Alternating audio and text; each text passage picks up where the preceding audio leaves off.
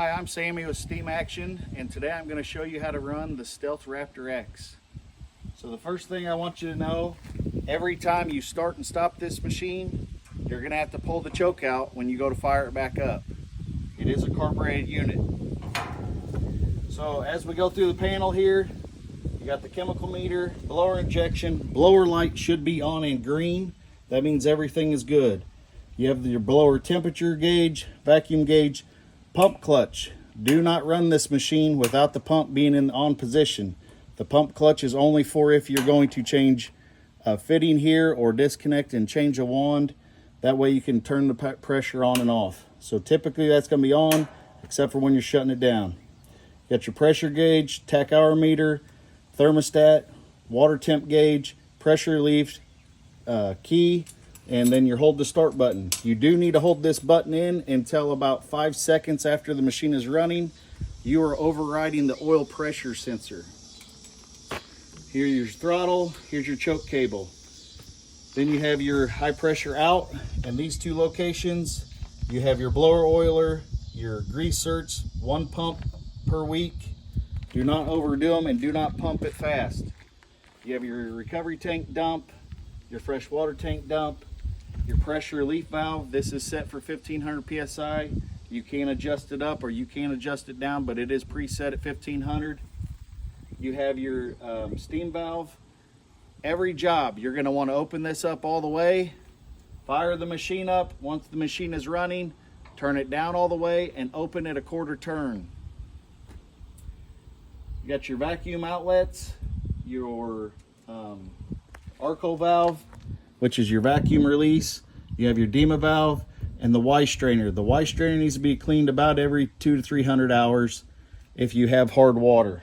On daily maintenance, we need you to, at the end of every day, clean your blower filters. So you spin these off, take your filters out, and the nice thing is on these new machines we put filter savers in them, so if they do fall down in the tank, you don't have to go fishing. So just make sure you clean these out. Make sure that you can see through them. Hold them up to light, but if you can't see through them, it's time to replace them or to do a soak bath in the supercharger and then put them back on. All right, for your water system, you have 3 valves. You have your bleeder hose, runs off of here.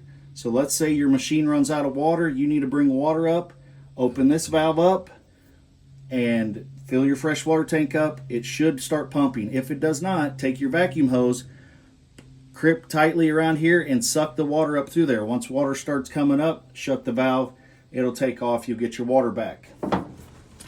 This is your winterizing valve. So if you need to winterize for winter, you would shut off your fresh water tank, open up your winterizing valve and suck it right up through there.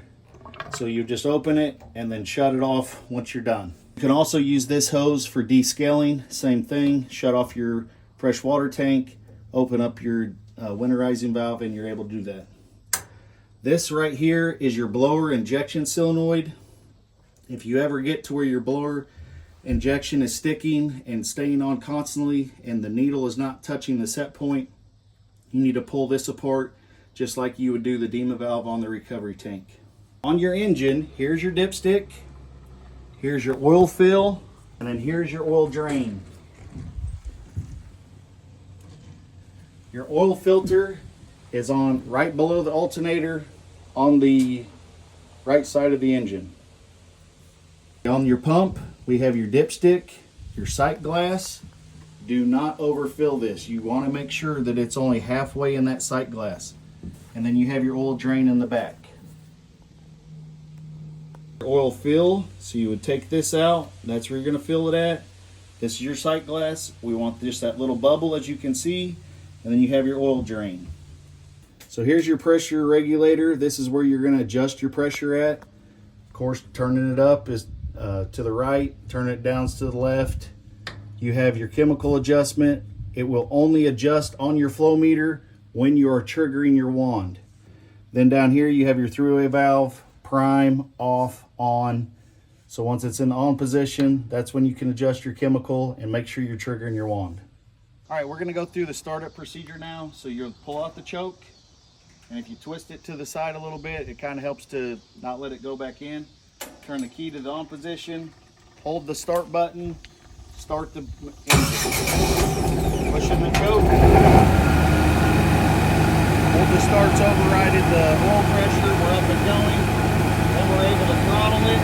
This machine will not go over 3,000 RPM, and loaded it'll be at 2,800. For shutdown, we want to make sure to remove our hose, undo the cap,